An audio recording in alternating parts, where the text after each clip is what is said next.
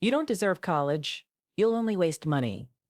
Those were my mother's exact words, hissed across the dinner table, with my father's nod of agreement.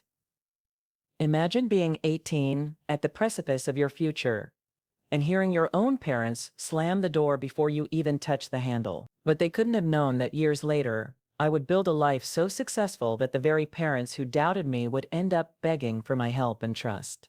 And when that day came, I made them pay. If you've ever savored the sweetness of proving someone wrong, then this story is for you. Hit that subscribe button, drop a like, and tell me in the comments, where are you watching from? I grew up in what most would call a traditional American family, but the reality was far from picture perfect. My dad, Robert, was a strict old-fashioned man.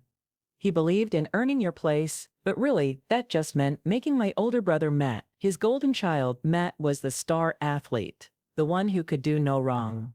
My mom, Linda, had a sharp tongue. She valued appearances above all else, how we looked to the neighbors, what the church thought, how our family ranked. Then there was me, the younger daughter. I wasn't the athlete, the beauty queen, or the favorite. I was just the quiet, bookish one who loved writing, who dreamed of studying journalism, maybe even becoming an editor. College was my ticket out. I studied hard, worked late nights at the library, and when the acceptance letter from my dream school came, I thought finally, I'll be seen, but instead I got a family meeting that felt more like a funeral for my future. Dad leaned back in his recliner, sipping a beer, and said, "We're not paying for you to waste time in some liberal arts school. You're not, Matt. You don't have the disciplined community college at best, or just get a job." Mom added almost gleefully, "Honestly, honey, college isn't for everyone. You'll probably drop out anyway. Why saddle us with debt?" My heart dropped. They had money. I knew they did. My dad had just bought my brother a brand new truck for his 18th birthday. But me, I was not worth the investment that night.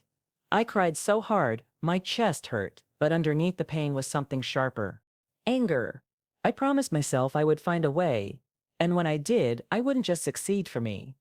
I'd succeed so loudly, so undeniably, that my parents would choke on their words. I threw myself into work days at a diner nights, tutoring kids in English weekends. Babysitting every dollar went into savings. I applied for scholarships, obsessively writing essays until my fingers cramped.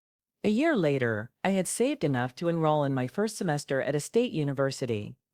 While not my dream school, it was a beginning. The unexpected turn?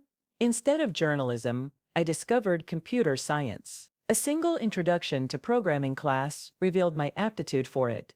The logic puzzles, problem solving, and the satisfaction of creating from scratch. It clicked. Fast forward 4 years.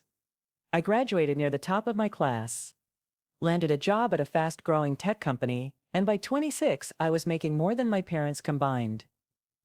But here's where the revenge begins. My parents, who once said I didn't deserve college, suddenly couldn't stop bragging to neighbors.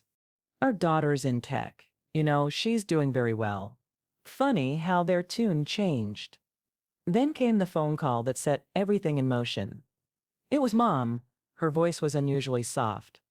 "Sweetheart, your dad and we've hit some hard times. The mortgage, the medical bills, it's all piling up. We were wondering if you could maybe help out." I almost laughed.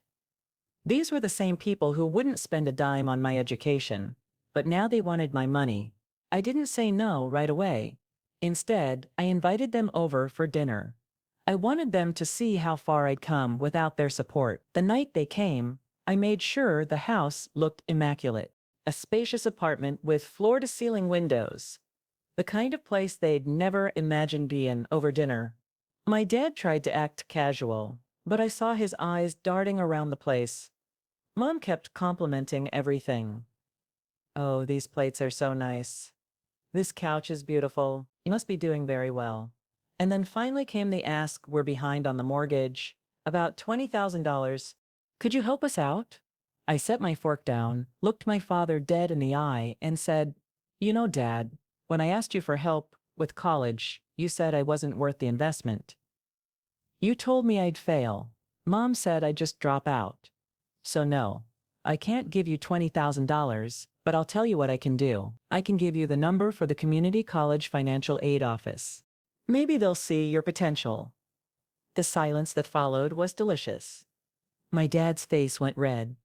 Mom's lips trembled for once. They had no words. I didn't slam the door on them completely. I'm not heartless. I offered smaller help, like groceries now and then. But the big money. No, that door was closed. They didn't just withhold money. They denied me belief, love, and the fundamental parental support to pursue my dreams. My eventual success wasn't due to them, but in spite of them, that was my vindication. Allowing them to live with the knowledge that their unworthy daughter surpassed their expectations was my revenge. This experience taught me a profound lesson. The best revenge isn't a triumphant "I told you so." It's living a life that compels your doubters to witness your achievements daily. What are your thoughts? Was my reaction too harsh? Or was it justified? Share your opinions in the comments. And if you've ever overcome being underestimated, I'd love to hear your story. Don't forget to subscribe for more tales where betrayal meets poetic justice. Because sometimes the sweetest payback is simply thriving.